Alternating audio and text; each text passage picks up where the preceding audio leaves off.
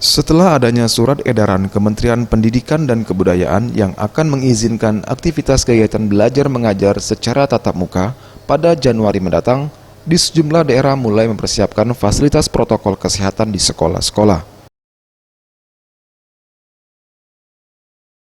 Kepala Dinas Pendidikan Kota Lubuk Linggau Dian Chandra mengatakan, jelang akan dimulainya pembelajaran tatap muka pada semester genap Januari 2021 mendatang, pihaknya sudah melakukan simulasi pembelajaran di sejumlah sekolah-sekolah dengan menerapkan protokol kesehatan.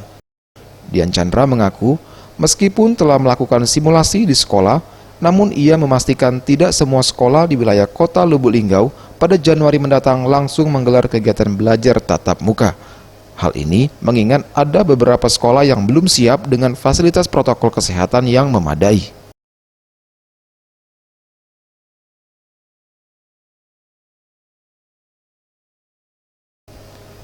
Sementara itu nantinya saat digelarnya pembelajaran tatap muka, pihak sekolah diminta untuk jumlah siswa dalam setiap kelas harus keterisi tidak lebih dari 50%, sehingga dipastikan untuk jadwal KBM dibagi dalam 2 waktu, yakni pagi dan siang.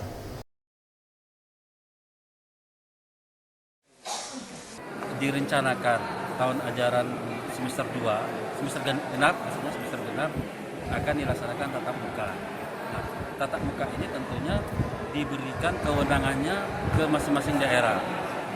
Nah, daerah tentunya berdasarkan surat edaran Menteri tadi, Provinsi Sumatera sudah menerbitkan surat edaran gubernur yang telah kita tindak lanjutkan dengan surat edaran wali kota.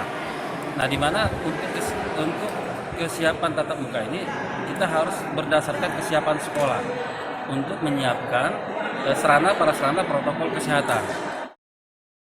Untuk mencegah penyebaran COVID-19, ingat pesan ibu dengan selalu terapkan 3M, memakai masker, menjaga jarak, dan mencuci tangan.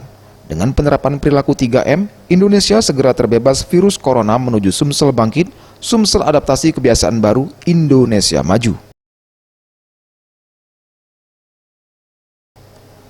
Tim Liputan Sriwijaya TV.